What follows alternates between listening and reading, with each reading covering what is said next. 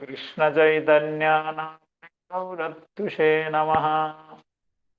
वाञ्छाकल्पतरुभ्यश्च कृपा सिन्धुभ्य च पतितानां पावनेभ्यो वैष्णवेभ्यो नमो नमः। जय श्री कृष्ण चैतन्य प्रभु नित्यानंद श्री अद्वैत गदाधर श्रीवासादि गौरभक्तवृंद। हरे कृष्ण कृष्ण कृष्ण हरे हरे, हरे राम राम राम हरे हरे।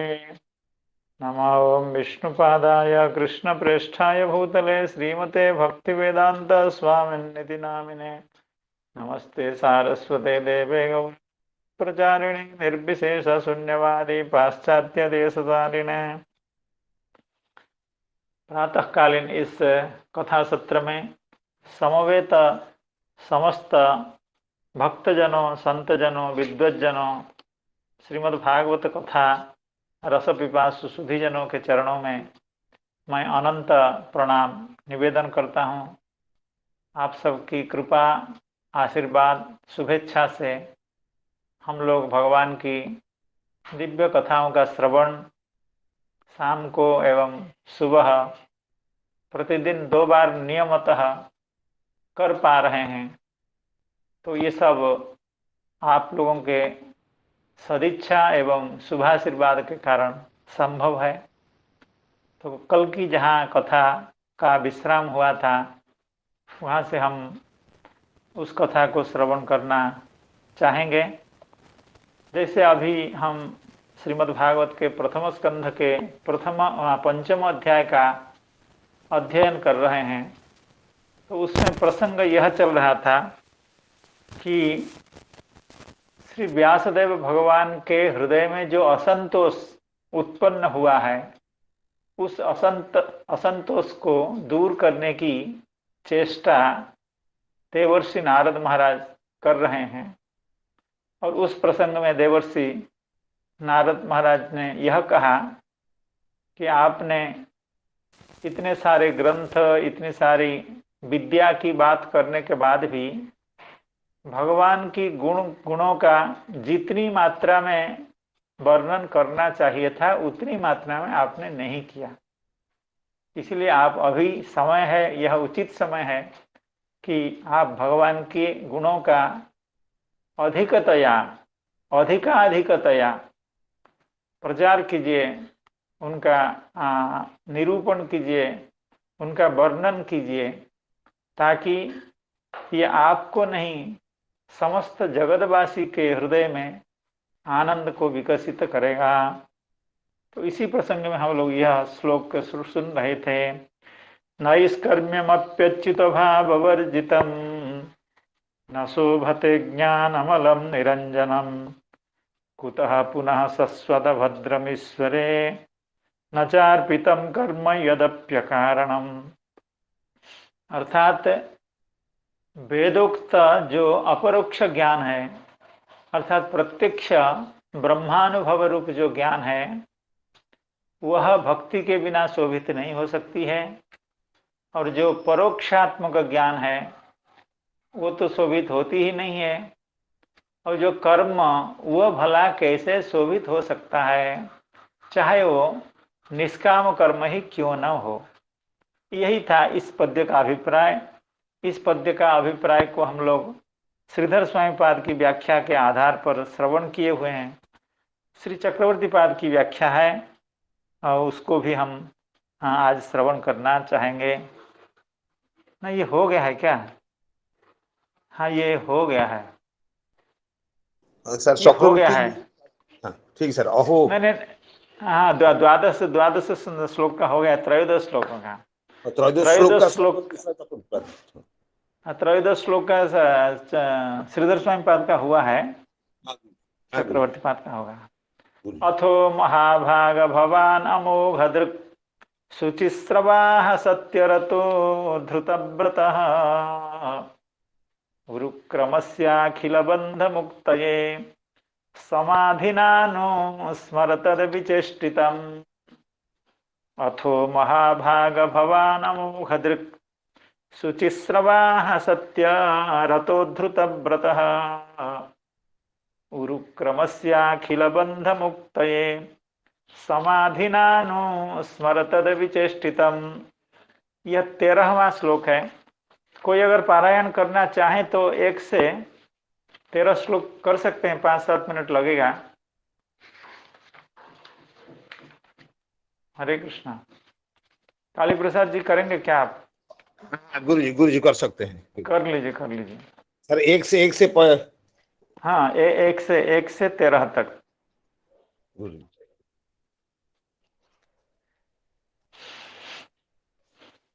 अथ पंचमोऽध्यायः। सूत उवाच अथ तं सुखमासीन उपासीनं बृहत्स्रवः देवर्षिः प्राह विप्रर्षिं वीणापाणिः स्मयन्निव।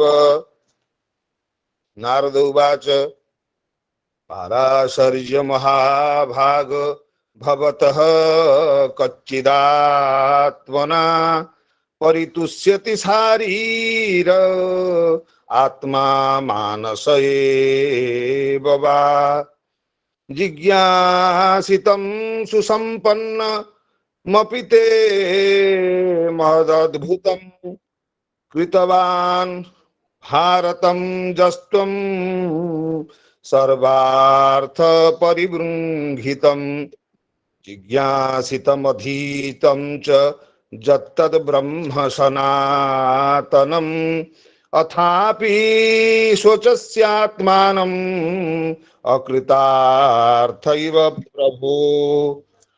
व्यास उवाच अस्त्येव मे सर्वमिदं त्वयोक्तं तथापि नात्मा परितुष्यते मे तन्मूलमव्यक्तमगाधबोधं पृच्छामहे त्वात्मभवात्मभूतं।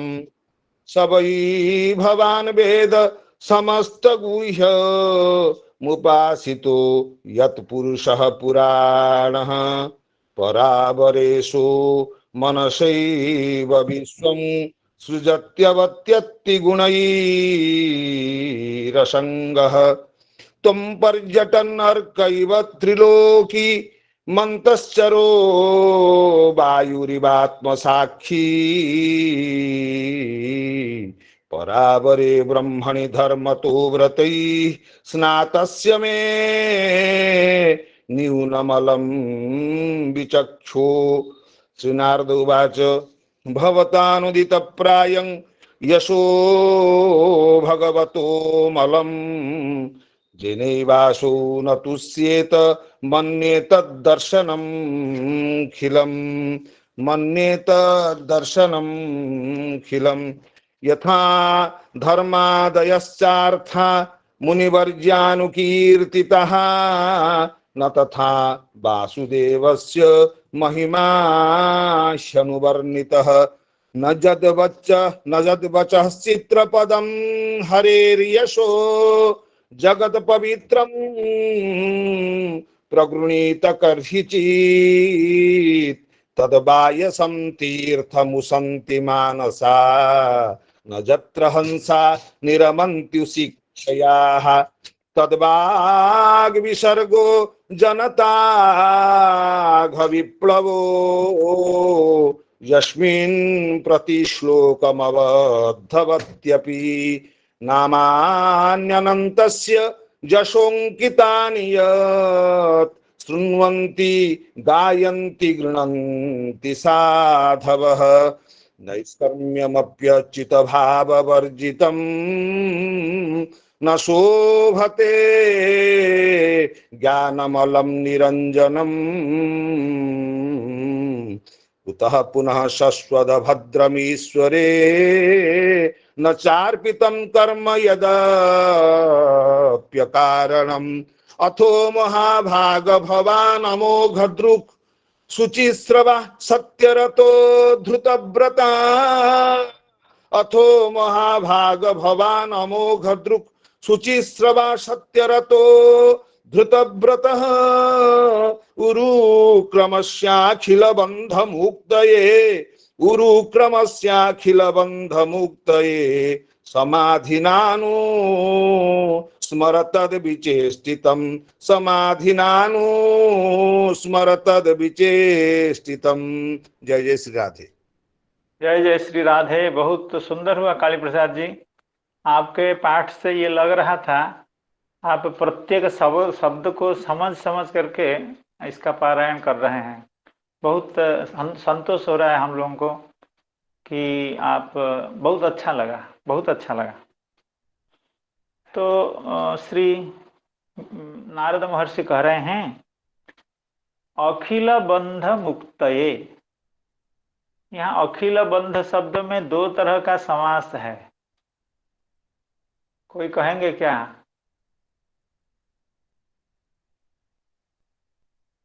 एक तो षष्ठी तत्पुरुष समास है, अखिलस्य बंधः उसकी मुक्ति, और दूसरा यह भी अर्थ था अखिलः यह बंधः, अर्थात सभी के बंधन की मुक्ति या सब तरह के बंधन की मुक्ति। ये दो तरह के अर्थ शायद श्रीधर स्वामी पाद कहे थे।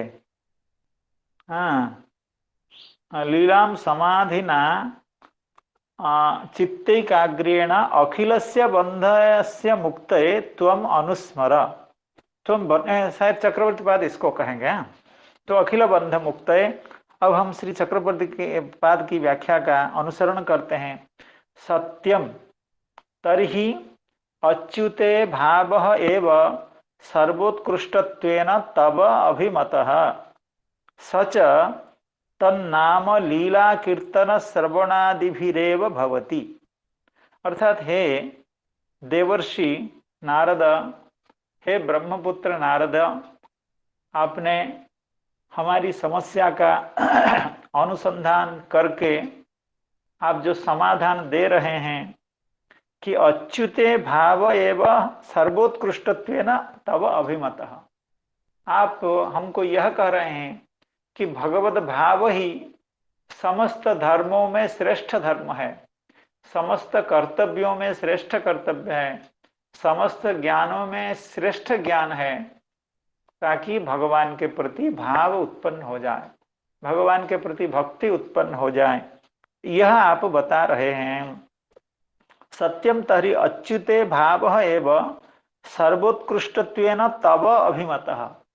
यहाँ देखिए नारद महर्षि को गुरु के रूप में स्वीकार कर रहे हैं श्री व्यासदेव, और ये भी कह रहे हैं तव अभिमतः। अर्थात मैंने कई बार इससे पहले कहा है कि युष्मत् शब्द का और भवत शब्द का जो हम लोग भेद कर रहे हैं, वह भेद शायद प्राचीन काल में नहीं था। यहाँ तक कि श्री चक्रवर्ती पाद तक का भी, श्री चक्रवर्ती पाद जब कब 350 साल होगा या, तो इससे उस समय तक भी युष्मत् शब्द एवं भवत शब्द के अर्थ में शायद इतना पार्थक्य नहीं था। इसलिए श्री व्यासदेव भगवान श्री नारद महर्षि को कहते हैं तब अभिमतः, तुम्हारा अभिमत है। सत्यम तर्हि अच्युते भाव एव सर्वोत्कृष्टत्वेन तब अभिमतः। तब अच्युत भाव कैसे होता है? सच तन्नाम लीला कीर्तन श्रवणादिभिरेव। भगवान में भाव, भगवान के प्रति प्रेम कैसे उत्पन्न होगा? न तन्नाम लीला कीर्तन श्रवणादिभिरेव। अर्थात श्रवणम कीर्तनम विष्णु, यह जो प्रहलाद महाराज जी की उक्ति है, भगवान के नाम लीलादि का श्रवण कीर्तन यही पहली भक्ति है। अर्थात इसी को आरंभ करके, इसी के आधार पर ही अन्य अन्य भक्तियां भी विकसित होती हैं।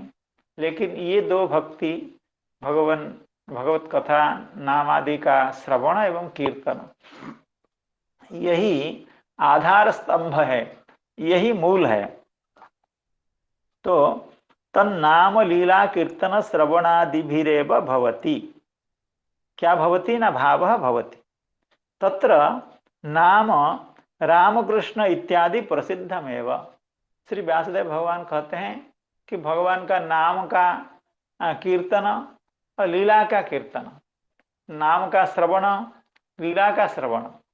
तो नाम के बारे में तो मैं कुछ जानता हूँ, अर्थात भगवान का नाम श्री राम है, श्री कृष्ण है, श्री संकर्षण है, अच्युत है, केशव है, माधव है इत्यादि, विष्णु है, ये सब भगवान का नाम तो प्रसिद्ध है। तत्र नाम रामकृष्ण इत्यादि प्रसिद्धमेव। लीला कीदृशी तव अभिमता ताम उपदिश इति अपेक्षायाम आह अथो। हे हे हे हे देवर्षि नारद महाराज, आप चाहते हैं कि मैं भगवान की लीलाओं का कीर्तन करूं, भगवान के नामों का गुणानुवाद करूं बार बार। तो नाम के बारे में तो मुझे ज्यादा संदेह नहीं है, हम जानते हैं भगवान के अनंत नाम होते हैं। लेकिन आप हमारे से कैसी लीला भगवान का निरूपण कराना चाहते हैं? आप जिस लीला का निरूपण हमारे से कराना चाहते हैं वो भगवान की कौन सी लीला? भगवान की तो अनंत अनंत लीलाएं होती हैं, अनंत अवतार में, अनंत ब्रह्मांड में भगवान अनंत लीला करते हैं। तो उसका भी आप कुछ हमको दिग्दर्शन दीजिए कि मैं भगवान की किस लीला का निरूपण करूं। लीला कीदृशी तव अभिमता ताम उपदिश, यहां भी फिर से यही मध्यम पुरुष, उस लीला का आप उपदेश कीजिए। इति अपेक्षायामाह अथो महाभाग भवान अमोघ दृक् शुचिस्रवाः सत्यरतो धृतव्रतः उरुक्रमस्याखिल बंध मुक्तये समाधिनानुस्मर तद विचेष्टितम्।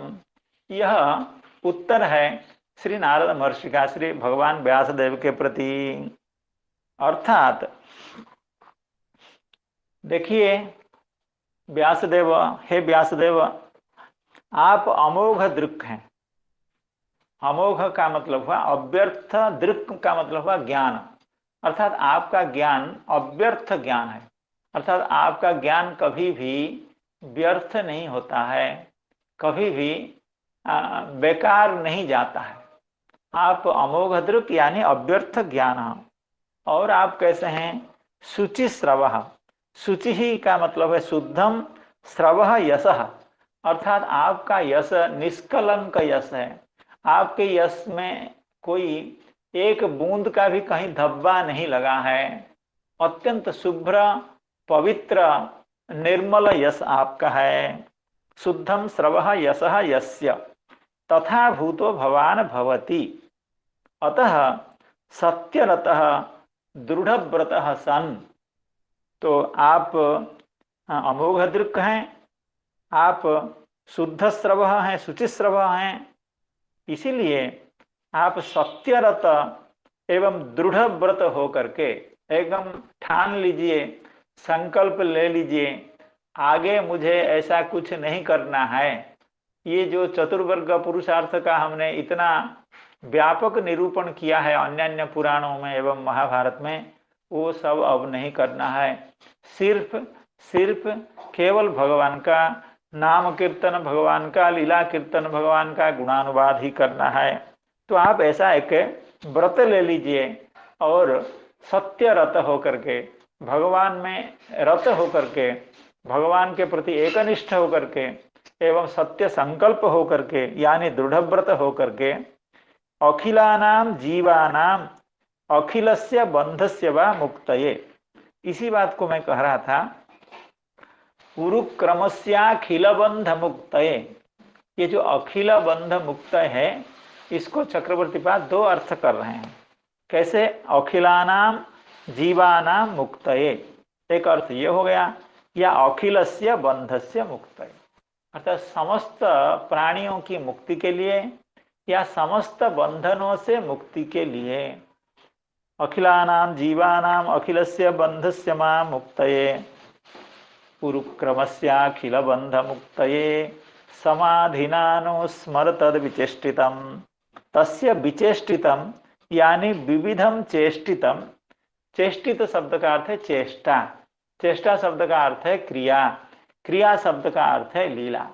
भगवान की क्रियाओं को लीला इसलिए कहा जाता है क्योंकि भगवान के क्रियाएं, भगवान के जो कर्म होते हैं वे कोई वे कोई उनके प्रारब्ध के अधीन नहीं होते हैं। हम हमारे जैसे जीव, जीव का प्रत्येक कर्म उसके प्रारब्ध के द्वारा नियंत्रित होता है, और भगवान के कर्म, भगवान की क्रियाएं प्रारब्ध के द्वारा, किसी कर्म संस्कार के द्वारा नियंत्रित नहीं होते हैं, क्योंकि भगवान परम स्वतंत्र होते हैं। इसलिए उनके कर्मों को लीला कहा जाता है, उनकी चेष्टाओं को लीला लीला कहा जाता है। तस्य विविधम चेष्टितम लीला समाधिना चित्तैकाग्र्येण स्मर। आप एक बार चित्त को एकाग्र करके, संकल्प करके, दृढ़व्रत होकर के भगवान की लीलाओं का वर्णन करने के लिए ठान लीजिए, मन बना लीजिए, दृढ़ता बना लीजिए, तो अपने आप वे लीलाएं आपके हृदय में स्फुरित होगी।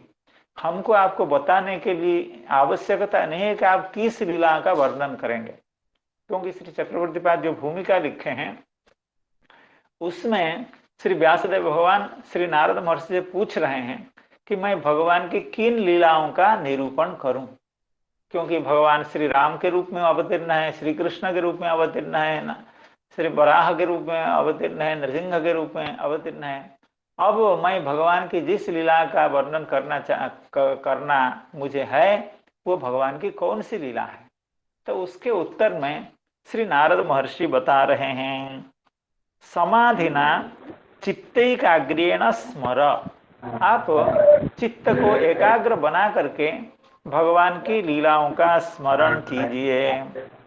क्यों ना, लीला ही भक्तिमती शुद्धे चित्ते स्वयमेव स्फुरति। देखिए, भगवान की जो लीलाएं हैं वो जब चित्त शुद्ध होता है तो वो अपने आप वो लीलाएं स्फुरित होती हैं। उसमें बहुत ज्यादा परिश्रम करने की जरूरत नहीं है। कोई अप्राकृतिक ढंग से, कोई कृत्रिम ढंग से भगवान की लीलाओं को अपने हृदय में धारण करने की आवश्यकता नहीं है। समाधिना चित्तैकाग्र्येण स्मर। क्यों? लीला ही भक्तिमती शुद्धे चित्ते स्वयमेव स्फुरति।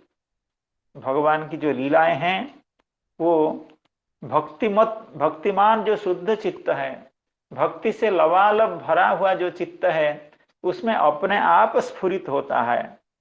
क्यों? तस्याः स्वप्रकाशत्वात् अनंतत्वात् अतिरहस्यत्वात् अन्यथा केनापि वक्तुम ग्रहीतुम च अशक्यत्वात् इति भावः।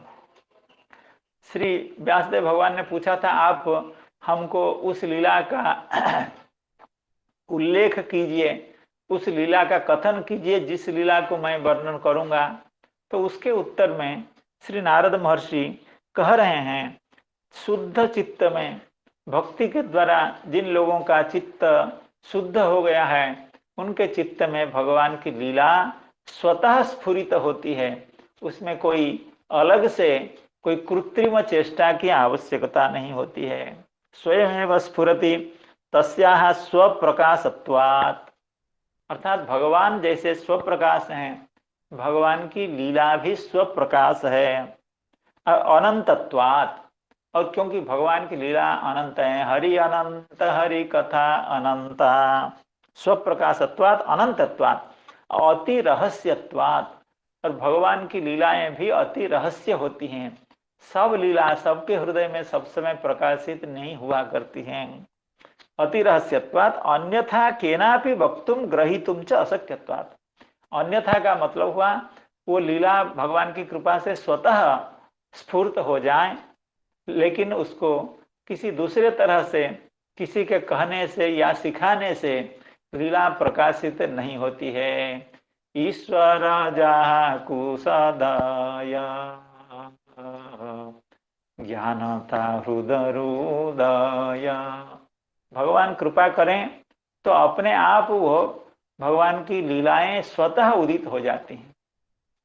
तो इसीलिए ज्ञान जो है वो स्वतः प्रकाश है, भगवान की लीला भी स्वतः प्रकाश है। लेकिन हम लोगों के हृदय में लीला क्यों प्रकाशित नहीं होती है? क्योंकि विषय वासना से यह हृदय भरा हुआ है, विषय वासना से यह हृदय जर्जरित है। तो विषय वासना से जर्जरित हृदय में भला लीला कैसे स्वतः प्रकाशित हो? इसीलिए भगवान की भक्ति के द्वारा इस चित्त को जब शुद्ध किया जाता है, तब उसमें भगवान की लीला, भगवान के प्रेम स्वतः प्रकाशित होते हैं। हाँ, यथा यथा चित्तम यथा अंजनम अप्रमेयम, ऐसा है, मैं भूल रहा हूँ श्लोक। अर्थात जैसे चित्त धीरे धीरे परिष्कृत होते जाता है, उसी तरह से लीला धीरे धीरे विकसित होती है हृदय में। इसीलिए उसको हम आपको ग्रहण नहीं करा सकते हैं या कह भी नहीं सकते हैं। आप केवल समाधि के द्वारा शुद्ध चित्त में उन लीलाओं का स्मरण कीजिए, केवल लीलाओं का निरूपण करने की कामना बनाइए हृदय में, वे लीलाएं अपने आप स्फुरित होती हैं। स्मृत्वा च वर्णय, केवल स्मरण करने की बात नहीं है, क्योंकि स्मरण करने से तो आपका कल्याण जरूर होगा, लेकिन जगत का कल्याण आवश्यकता है, क्योंकि आगे का जो समय आ रहा है वो बहुत प्रतिकूल समय है, आत्म कल्याण के लिए अत्यंत प्रतिकूल समय है। इसलिए आप अपने हृदय में उन लीलाओं को स्मरण करने के बाद आप उसको जगत कल्याण के लिए, प्राणियों के कल्याण के लिए, मनुष्यों के कल्याण के लिए उसको प्रकाशित कीजिए। तदेव अमोघ दृक्त्वम शुद्ध यशस्त्वम अन्यथा नैवेति भाव। अर्थात श्री नारद महर्षि कह रहे हैं, पहले तो संबोधन कर रहे हैं कि आप शुचिश्रवा हैं और अमोघ दृक् हैं, लेकिन आप सही अर्थ में अमोघ दृक् एवं शुचिश्रवा तभी हो पाएंगे जब आप भगवान की इन लीलाओं का निरूपण करेंगे। तदेव अमोघ दृक्त्वम शुद्ध यशस्त्वम अन्यथा नैव, ये भी सावधान कर रहे हैं। अर्थात अगर आप ऐसा न करें, भगवान की लीलाओं का प्रकाश न करें, तो आप अमोघ दृक् नहीं हो सकते हैं और शुचिश्रवाह नहीं हो सकते हैं। अर्थात आपको हमने अभी जो अमोघ दृक् कह करके आपका संबोधन किया, शुचिश्रवाह कह करके संबोधन किया, ये तब ही संभव है। अर्थात ये तभी ये शब्द आपके लिए सार्थक होंगे जब आप भगवान की लीलाओं का जगत कल्याण के लिए निरूपण करेंगे। तदेव अमोघ दृक्त्वम शुद्ध यशस्त्वम अन्यथा न एव नैव, अगर ऐसा ना करें तो आप अमोघ दृक् नहीं है और शुचिश्रवाह भी नहीं है। अब चक्रवर्ती पाद एक नई तरह से इस व्याख्या को करना चाहते हैं। यदवा यदवा अमोघे दृशौ नेत्रे यस्य शुचिनी स्रवसी कर्णौ यस्य इति काचित लीला नेत्राभ्याम दृष्टा काचित कर्णाभ्याम श्रुता च। अर्थात श्री चक्रवर्ती पाद यह कहना चाहते हैं, यह जो दो विशेषण है कि श्री व्यासदेव भगवान का दो विशेषण है, शुचिश्रवाह और अमोघ दृक्, यह विशेषण, दोनों विशेषण कुछ तात्पर्य वहन करते हैं, कुछ विशेष तात्पर्य है। क्या तात्पर्य है? न अमोघे दृशौ यस्य, अर्थात जिस व्यक्ति के दृक् यानी नेत्रे, दृशौ यानी नेत्रे अमोघे होते हैं, अर्थात अव्यर्थ होते हैं, यानी सफल होते हैं। और शुचिश्रव, श्रव शब्द का एक अर्थ यह भी है कर्ण। पहले श्रव शब्द का तो अर्थ था कीर्ति, और श्रव शब्द का एक अर्थ यह भी है कर्ण। शुचिनी यानी पवित्र दो कर्ण जिनके हैं वे शुचिश्रवा। अर्थात हे व्यासदेव, आप अमोघ दृक् भी हैं और शुचिश्रवा भी हैं। तो इसका क्या तात्पर्य है? तात्पर्य यह है, काचित लीला नेत्राभ्याम दृष्टा, अर्थात अभी तक आपने जितनी साधनाएं की हैं या भगवान के अनुभव आपको जितना हुआ है, उतने में भी आपने भगवान की कई ऐसे लीलाओं का दर्शन साक्षात अपने नेत्रों से की है। लीलाओं का दर्शन आपने अपने नेत्रों से ही किया है, इसीलिए आप अमोघ दृक् हैं।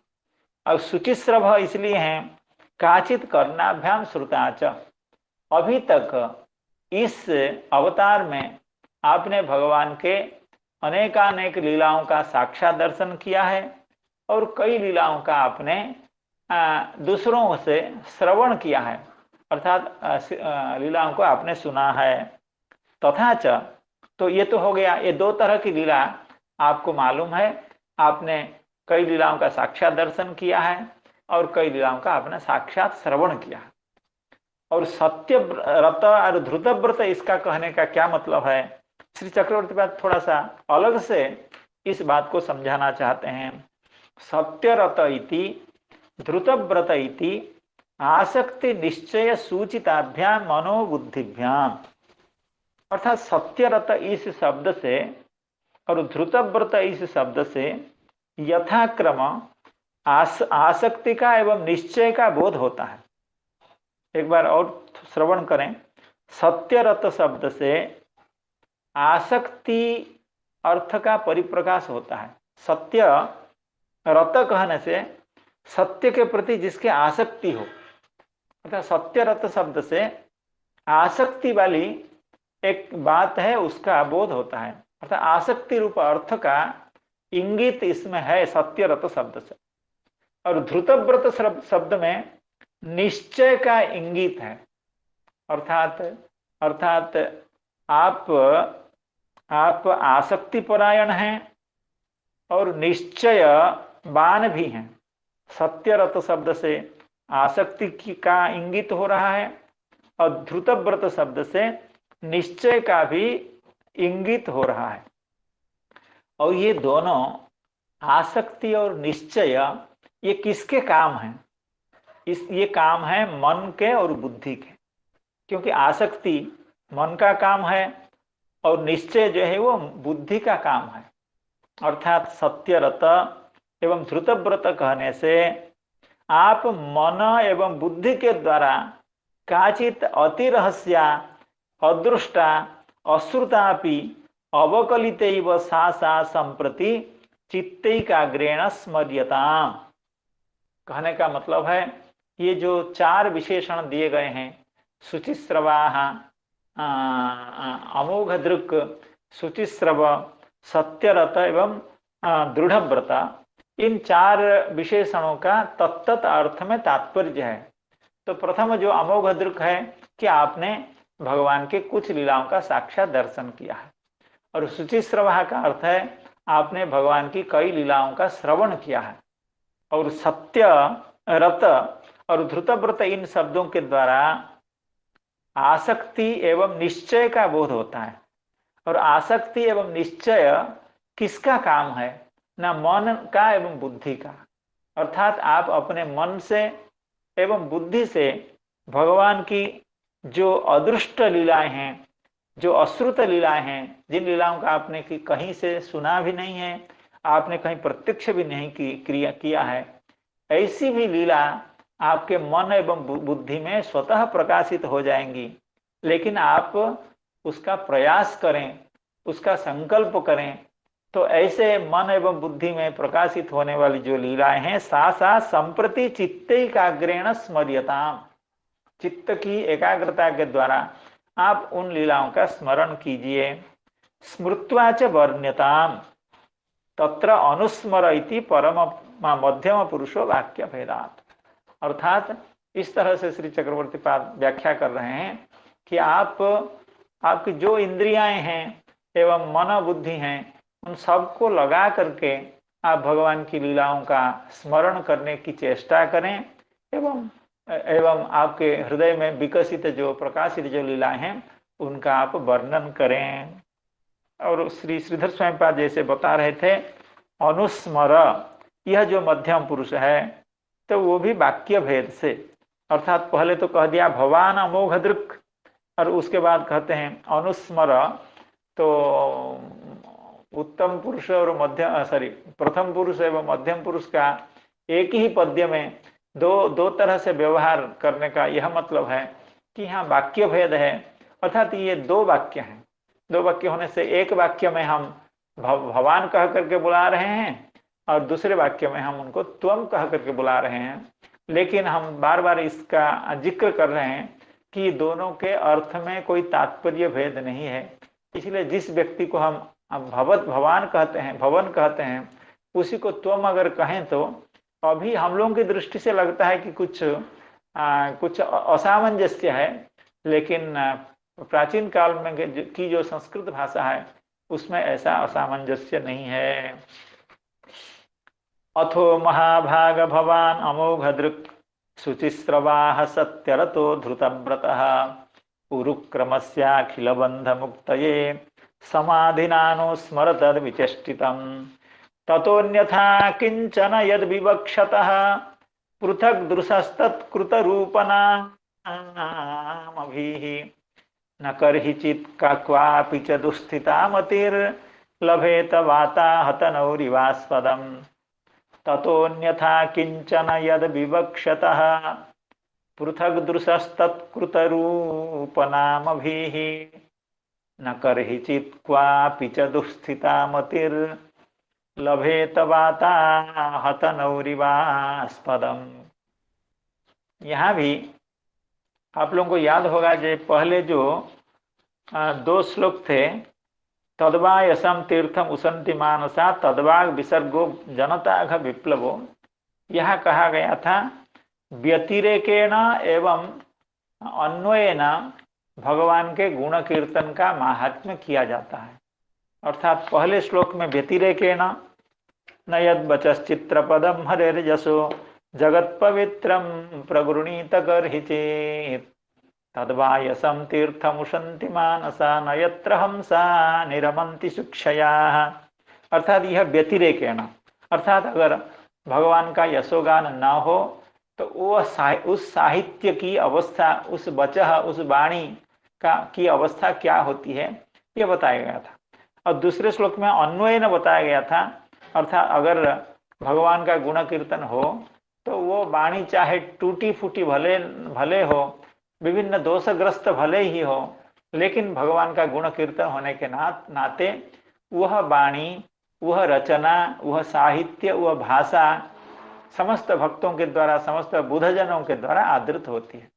अर्थात व्यतिरेकेण एवं अन्वयेन भगवान के गुणानुवाद का महात्म्य को कहा गया था। यहाँ भी उसी तरह की बात है। अर्थात यहाँ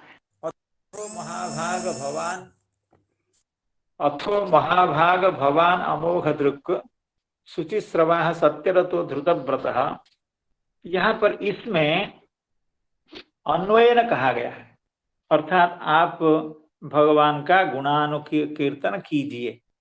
और दूसरे श्लोक में अभी जिसका हम लोग अध्ययन करने जा रहे हैं, ततोन्यथा किंचन यद विवक्षतः पृथक् दृशस्तत्कृतरूपनामभिः न कर्हिचित् क्वापि च दुस्थिता मतिर्लभेत वाताहतनौरिवास्पदम्। इस श्लोक में व्यतिरेकेण कहा गया है। अगर भगवान का गुण कीर्तन नहीं है, भगवान को छोड़ करके दूसरे विषयों का अगर निरूपण किया जाता है, दूसरे विषयों का चिंतन किया जाता है, तो क्या समस्या होती है। यह व्यतिरेकेण भगवान के गुण कीर्तन का महात्म्य बताया जा रहा है। तो इसको ततोन्यथा किंचन यद विवक्षतः पृथक् दृशः तत्कृतरूपनामभिः न कर्हिचित् क्वापि चतुस्थिता मतिर्लभेत वाताहतनौरिवास्पदम्। कहते हैं वाताहतनौः इव, बात के द्वारा अर्थात प्रचंड बात्या के द्वारा, अर्थात तूफान के द्वारा आहत जो नौ है, समुद्र में नौका जा रही है या गंगा जी में या यमुना जी में नौका जा रही है, उस बीच से अगर प्रचंड बात्या आ जाए, झड़ आ जाए, तूफान आ जाए, तो उस नौका की दुर्दशा जो होती है, उस नौका की जो गति होती है, वाताहत नौः इव, बात के द्वारा आहत अर्थात प्रतिहत जो नौ है नौका है उस तरह आस्पदम न लभते, कहीं स्थिरता को प्राप्त नहीं करती है। अर्थात जैसे वैसी नौका समुद्र में जाने वाली, समुद्र में विचरण करने वाली नौका जैसे तूफान के कारण आहत होकर के, तूफान के द्वारा ग्रस्त होकर के कहीं भी आस्पदम न लभते, आस्पद का मतलब एकत्र स्थिति, कहीं रुक नहीं पाती है, कहीं रह नहीं पाती है, एक जगह खड़ी नहीं रह पाती है। अर्थात अंततोगत्वा नौका उस समुद्र में डूब जाती है, और नौका के जो परिचालक होता है या नौका में जो बैठ करके संतरण करने वाले होते हैं वे डूब जाते हैं। तो बाता हत नौहु इव आस्पदम न लभते के, कौन कौन कौन आस्पदम न लभते ना मति ही, अर्थात चित्त मन आस्पदम न लभते, मन स्थिरता को प्राप्त नहीं करता। यही आपकी समस्या है हे व्यासदेव भगवान, आपकी जो समस्या है वो यही समस्या है कि आपके चित्त आस्पदम न लभते, स्थिरता न लभते, प्रसादम न लभते, प्रसत्तिम न लभते। क्यों ना? वह मति दुस्थिता हो जाती है। दुस्थिता का मतलब है उसकी स्थिति दृढ़ नहीं होती है, वो इधर उधर मति भाग, जैसे हम लोगों की मति, हम लोगों की बुद्धि कितनी भागती है, कहाँ कहाँ संसार में भागती है। तो उस तरह से मति जब दुस्थित हो जाती है तो वो आस्पदम न लभते, कैसे? बाता हत नौरिव। तो मति दुस्थित क्यों हो जाती है? और कहीं भी उसको ठौर नहीं मिलता है, अर्थात न करहिचित न क्वापि, उसको कभी भी कहीं भी आस्पद यानी स्थिरता, एकाग्रता की प्राप्ति नहीं होती है। उस नौका की तरह मति को, बुद्धि को, चित्त को किसी भी जगह पर कभी भी स्थिरता प्राप्त नहीं होती है। न करहिचित क्वापि च दुस्थिता मति लभेत बाता हत नौरिवास्पदम आस्पदम न लभेत। कैसी मति, किसकी मति? कहते हैं ततोन्यथा किंचन यद विवक्षतः, उसको छोड़ करके दूसरे पदार्थ की विवक्षा करने वाले व्यक्ति की, अर्थात जैसे हमने बताया भगवान के यशोगान को छोड़ करके, भगवान के नामगान को छोड़ करके, भगवान की लीलाओं का निरूपण को छोड़ करके, ततः अन्यथा, उससे कोई भी, किंचना यद विवक्षता, जो कुछ भी वो कहना शुरू करें, जैसे बड़े बड़े वैज्ञानिक लोग, कोई एरोप्लेन बना लेता है, कोई चिकित्सा शास्त्र में नोबेल प्राइज प्राप्त कर लेता है, कोई इकोनॉमिक्स में नोबेल प्राइज प्राप्त कर लेता है, कोई लिटरेचर में नोबेल प्राइज प्राप्त कर लेता है। अर्थात ये लोग संसार की बहुत बड़े बड़े तत्वों का, बड़े बड़े उपलब्धियों का प्रदर्शन करते हैं, लेकिन किसी का भी चित्त स्थिर नहीं होता है। क्यों? देखिए, हमेशा हम लोगों को विभिन्न प्रतिष्ठाएं विभिन्न जगह पर मिलती हैं। तो कोई प्रतिष्ठा मिलती है तो प्रतिष्ठा मिलने के थोड़े दिन के बाद ही फिर दूसरी प्रतिष्ठा की भूख बढ़ जाती है। कोई नोबेल प्राइज मिल गया है, वो सोचता है मैं कहीं राष्ट्रपति बन जाऊं, या राज्यसभा का मेंबर बन जाऊं, या मुझे प्रेसिडेंट कोई बना दिया जाए। इस तरह से, अर्थात बड़ी सी बड़ी सांसारिक उपलब्धि को प्राप्त करने के बाद भी यह चित्त स्थिर होने का नाम नहीं ले रहा। जिस उपलब्धि को हम लोग जीवन में अत्यंत असंभव मानते थे, अर्थात कभी सोचे भी नहीं थे, उस तरह की उपलब्धि को प्राप्त करने के बाद भी चित्त उसी तरह से भूखा रहता है कि आगे क्या है, आगे क्या है, इसके बाद क्या मिलेगा, इसके बाद क्या मिलेगा। अर्थात जैसे कुत्ते की तरह, जैसे कोई कुत्ता वो इस घर से उस घर में, उस घर से उस घर में विभिन्न जगह पर भ्रमण करते रहता है, जीव का चित्त भी उसी तरह से प्रतिष्ठा के पीछे, इंद्रियों को सुख देने के पीछे, अपने को समाज में बड़ा अपना प्रभुत्व विस्तार करने के लिए क्या क्या नहीं करता है। इसीलिए श्री नारद महर्षि कह रहे हैं ततोन्यथा किंचन यद विवक्षत। भगवान के लीला कीर्तन को छोड़ करके, भगवान के गुणानुवाद को छोड़ करके संसार में कोई भी व्यक्ति कोई भी दूसरा काम कितना भी कर ले, ततोन्यथा किंचन यद विवक्षत, ऐसा व्यक्ति कब करता है? अर्थात भगवत भक्ति को छोड़ करके जो पंचम पुरुषार्थ है, जो जीव का एकमात्र कर्तव्य है, उसको छोड़ करके मनुष्य दूसरे दूसरे कर्मों में क्यों लगा रहता है? क्योंकि वो पृथक दृक् है। पृथक दृक् का मतलब है वह अपना सुख विभिन्न जगह पर देखता है। अपने गृह में सुख देखता है, अपनी नौकरी में सुख देखता है, पैसे में सुख देखता है, सम्मान में सुख देखता है, लेकिन है नहीं सुख। अगर सुख होता तो फिर हम लोग इतना प्राप्त करने के बाद सुख तो मिल गया होता। वही परेशानी, वही समस्या जो 30 साल पहले थी, जो 25 साल पहले थी, वही समस्या आज तक क्यों लगी हुई है? तो इसीलिए पृथक दृशः, जो पृथक देखने वाले हैं, अर्थात अपने परमेश्वर को छोड़ करके, भगवान को छोड़ करके, भगवत भक्ति को छोड़ करके दूसरी दूसरी जगहों पर सुख का अन्वेषण करने वाले पृथक दृशः, ऐसे जो व्यक्ति होते हैं उनका चित्त कभी भी स्थिर नहीं होता है। जैसे वाताहत नौहु स्थिर नहीं होती है। एक शब्द और रह गया, तत्कृत रूप नाम भी, अर्थात जो पृथक दृक् होते हैं, अर्थात विभिन्न जगहों पर सुख का अन्वेषण करते हैं, संसार को भगवान से अलग देखते हैं, भगवान का स्वरूप को, भगवान की स्थिति को संसार के समस्त पदार्थों में नहीं देख पाते हैं, ऐसे जो व्यक्ति हैं वे कैसे क्या करते हैं ना, तत्कृत रूप नाम भी, अर्थात वे भी, जो लोग भगवान की भक्ति नहीं करते हैं, वो भी बड़ा बड़ा काम करते हैं। कोई इंजीनियर बन जाता है, कोई डॉक्टर बन जाता है, तो ये ऐसा क्यों करते हैं? तत्कृत रूप नाम भी।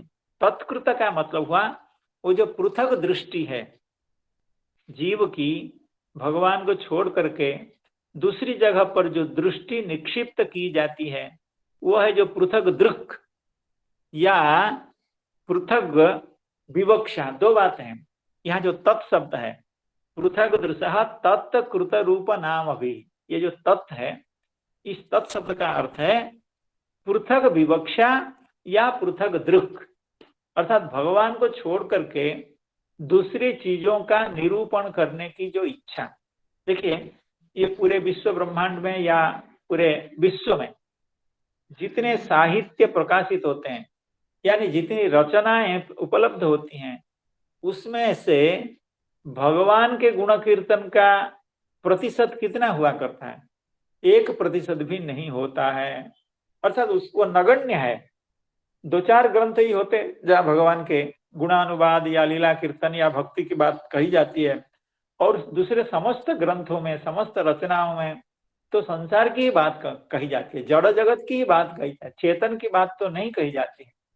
इसीलिए तत्कृत रूप नाम भी का अर्थ हुआ, तत्कृत माने पृथक दृष्टि के कारण किया गया है या पृथक विवक्षा के कारण किया गया। अर्थात हमको भगवान की कथा नहीं कहनी है, हमको तो भारतीय पॉलिटिक्स की बात कहनी है, इकोनॉमिक्स की बात कहनी है, तो ये हो गया पृथक विवक्षा या पृथक दृशः, अर्थात जो भगवान को छोड़ करके दूसरे पदार्थ में अपना सुख का दर्शन करते हैं, उसके कारण वो क्या करते हैं? विभिन्न नाम, विभिन्न रूप का वर्णन करते हैं। फिजिक्स हो, केमिस्ट्री हो, एस्ट्रोनॉमी हो या और जितने भी विषय, सांसारिक विषय हैं, उसमें क्या होता है? पृथक दृष्टि के कारण, पृथक विवक्षा के कारण ऐसे पदार्थों का निरूपण किया जाता है। तो उसके चलते क्या होता है? उसके चलते उसकी मति दुस्थित हो जाती। ये जो उत्तरार्ध में जो शब्द था दुस्थिता मति, मति दुस्थित क्यों होती है? ना तत्कृत रूप नाम भी। तत्कृत अर्थात पृथक दृष्टि के कारण, पृथक पृथक विवक्षा के कारण जितने रूप नाम का विवरण दिया गया है, जितने ग्रंथों की रचना की गई है, अर्थात जितना कुछ संसार में किया गया है, उसके चलते जीव की बुद्धि दुस्थित हो जाती है, दूषित हो जाती है, अस्थिर हो जाती है, चंचल हो जाती है, क्या क्या सपने उसको चित्त दिखाने लगता है। इसीलिए अगर भगवान को छोड़ करके दूसरे विषयों का निरूपण किया जाए, संसार का निरूपण किया जाए, संसार को समझने की कोशिश की जाए, तो फिर जीव की बुद्धि दुस्थित हो जाती है, अस्थिर हो जाती है, और वो वाताहत नौ की तरह कहीं भी एकत्र स्थिति को लाभ नहीं कर सकती है। ततोन्यथा किंचन यद विवक्षतः पृथक दृशस्तत्कृत रूप नाम भी न कर्हिचित् क्वापि च दुस्थिता मतिर्लभेत वाताहतनौरिवास्पदम्। ततोन्यथा किंचन यद विवक्षतः पृथक दृशस्तत्कृत रूप नाम भी न कर्हिचित् क्वापि च दुस्थिता मतिर्लभेत वाताहतनौरिवास्पदम्। दुस्थिता मति, मति के दुस्थिति के लिए हेतु कौन है? काली प्रसाद जी।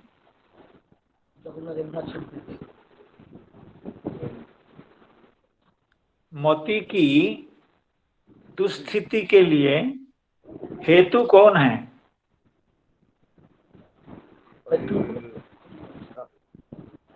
हरे कृष्ण, कोई भी बताएं।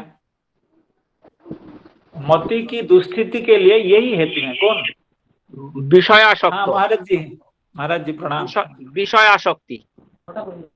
ना वो तो है, लेकिन इस श्लोक में हमको वो शब्द निकालना है जिससे हम हाँ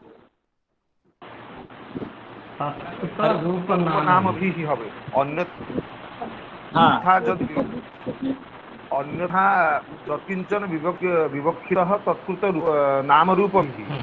हाँ, यही हेतु होगा। तत्कृत रूप नाम के द्वारा यही होगा, मति दुस्थित हो जाती है। तत्कृत का मतलब हुआ पृथक विवक्षा के कारण या पृथक दृष्टि के कारण, क्योंकि हम लोग पृथक दृष्टि के कारण, पृथक विवक्षा के कारण संसार में बहुत कुछ कर बैठते हैं। लोग किताबें लिखते हैं कि हमको पुरस्कार मिलेगा, बिक्री होगा, पैसा होगा, इत्यादि इत्यादि इत्यादि। तो तत्कृत जो रूप एवं नाम है, उसके द्वारा मति हमारी दुस्थित हो जाती है। तो उसके चलते क्या होता है, ऐसी मति कहीं भी आस्पद को लाभ नहीं करता है, एकत्र स्थिति को, शांति को, कहीं एक जगह ऐसी बुद्धि रहती नहीं। मरकट की मति जैसे होता है, बंदर की मरकट की जैसे बुद्धि होती है, कहीं भी 5 मिनट भी बैठना नहीं चाहता है, इधर उधर भागते रहता है। ततोन्यथा किंचन यद विवक्षतः पृथक दृशस्तत्कृत रूप नाम भी न कर्हिचित् क्वापि च दुस्थिता मतिर्लभेत वाताहतनौरिवास्पदम्। अब श्रीधर स्वामीपाद इस पर क्या कह रहे हैं, हम लोग शुरू करते हैं पढ़ना, जहां तक होता है देखें। विपक्षे दोषांतरम आह। विपक्ष में, विपक्ष का मतलब है कि भगवान का गुणानुवाद अगर पर्याप्त मात्रा में न किया जाए, संसार का निरूपण किया जाए, तो विपक्षे दोषांतरम आह। क्या? उरुक्रम विचेष्टितात् पृथक दृशः। उरुक्रम के यानी भगवान के जो विचेष्टित हैं, यानी लीलाएं हैं, उनसे जिसकी दृष्टि दूर हो गई है, अर्थात भगवान की लीलाओं का वो दर्शन या कीर्तन या निरूपण करना नहीं चाहता है। अतएव अन्यथा प्रकारांतरेण यत्किंचित अर्थांतरम विवक्षतः। क्योंकि देखिए, हमारे में योग्यता है, हम योग्यता संपन्न हैं, बुद्धिमान हैं, तो जब हम भगवान में बुद्धि को नहीं लगाएंगे तो कहीं ना कहीं तो लगाएंगे, तो कहीं ना उल्टा पुल्टा काम तो करेंगे ही, तो संसार में जरूर लगाएंगे। इसीलिए कह रहे हैं पृथक दृष्टा। अतएव अन्यथा प्रकारांतरेण, भगवान के प्रति उसको प्रेम नहीं है, भगवान की कथा नहीं कहना चाहता है, भगवान को देखना नहीं चाहता है, भगवान की कथा सुनना नहीं चाहता है, कोई साधु महात्मा जाकर के उसको कान के में कहे भी तो उसको उपेक्षा कर देता है, वो साधु महात्माओं का अपमान कर देता है। तो ऐसे व्यक्ति फिर अगर बुद्धिमान है वो कुछ ना कुछ करता तो जरूर है, कुछ करता नहीं है ऐसा नहीं है, वो कुछ करता है। ये प्रकारांतरेण यत्किंचित अर्थांतरम, वो दूसरा दूसरा काम करता है, दूसरी दूसरी रचना करता है, दूसरा दूसरा साहित्य बनाता है। अर्थांतरम विवक्षतः तया विवक्षया कृतैः, श्री स्वामीपाद कह रहे हैं तत्कृत रूप नाम भी, यहाँ तत्शब्द का अर्थ है पृथक विवक्षातः, अर्थात पृथक वस्तु की जो जब विवक्षा होती है, पृथक वस्तु का निरूपण करने का, वर्णन करने का, ग्रंथ लिखने की इच्छा होती है। तया विवक्षया कृतैः यानी स्फुरितैः, तत्कृत का मतलब है पृथक विवक्षा के कारण उस व्यक्ति की लेखनी से, उस व्यक्ति की चेष्टा से जो वस्तु स्फुरित होती है। कौन सी वस्तु स्फुरित है? वो कोई बहुत बड़ा उपन्यास लिख लेगा, या कोई बहुत बड़ा कॉमिक्स लिख लेगा, कोई बड़ा बहुत जोक्स लिख लेगा, कोई बड़ा संसारिक किसी राजा महाराजा का निरूपण करते हुए कोई काव्य लिख लेगा। तो विवक्षता तया विवक्षया कृतैः स्फुरितैः रूपैः नामभिश्च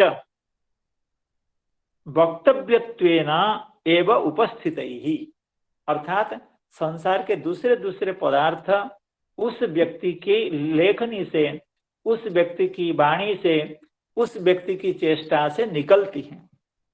ऐसे ऐसे पदार्थों के द्वारा, ऐसे रूपों के द्वारा, ऐसे नामों के द्वारा उसकी मति दुस्थिता हो जाती है। दुस्थिता अनवस्थिता सती मति ही, उसकी मति अनवस्थित होती है, अव्यवस्थित होती है, चंचल होती है, एकत्र आस्पद को, स्थिरता को लाभ नहीं करती है। कदाचित क्वापि विषय आस्पदम स्थानम न लभते, वो एकाग्रता को लाभ नहीं करता है। कैसे? बातें न आहता आघूर्णिता नौरिव, बात के द्वारा आघूर्णित, अर्थात बात जब वो नौका को इधर उधर घुमाता रहता है। तदुक्तम गीतासु व्यवसायात्मिका बुद्धि रेकेह कुरु नंदना बहुशाखा ह्यंताश्च बुद्धयो व्यवसायिनाम इत्यादि। भगवान श्री नंदनंदन ने अर्जुन को समझाते हुए कहा, हे अर्जुना, जो लोग व्यवसायात्मिक होते हैं, अर्थात जिनको बिजनेस करने आता है, उनकी बुद्धि एकाग्रता को प्राप्त करती है। बिजनेस करना है कि भगवान के बातों को सुनना, कहना, ये सही बिजनेस, ये सही व्यापार है। तो वो व्यवसायात्मिका बुद्धि एक होती है। और जो लोग अव्यवसायी होती है, जिनको बिजनेस मालूम नहीं है, तो वे संसार की बातें करते हैं। ततोन्यथा किंचन यद विवक्षतः पृथक दृशस्तत्कृत रूप नामभिः न कर्हिचित् क्वापि च दुस्थिता मतिर् लभेत वाता हतनौरिवास्पदम्। हरे कृष्णा कृष्णा कृष्ण हरे हरे, हरे राम राम राम हरे हरे। समस्त संत जनों के चरणों में बारंबार प्रणाम निवेदन करता हूँ। वांछा कल्पतरुभ्यश्च कृपा सिन्धुभ्यो प्रणमामि। जय जय श्री राधे।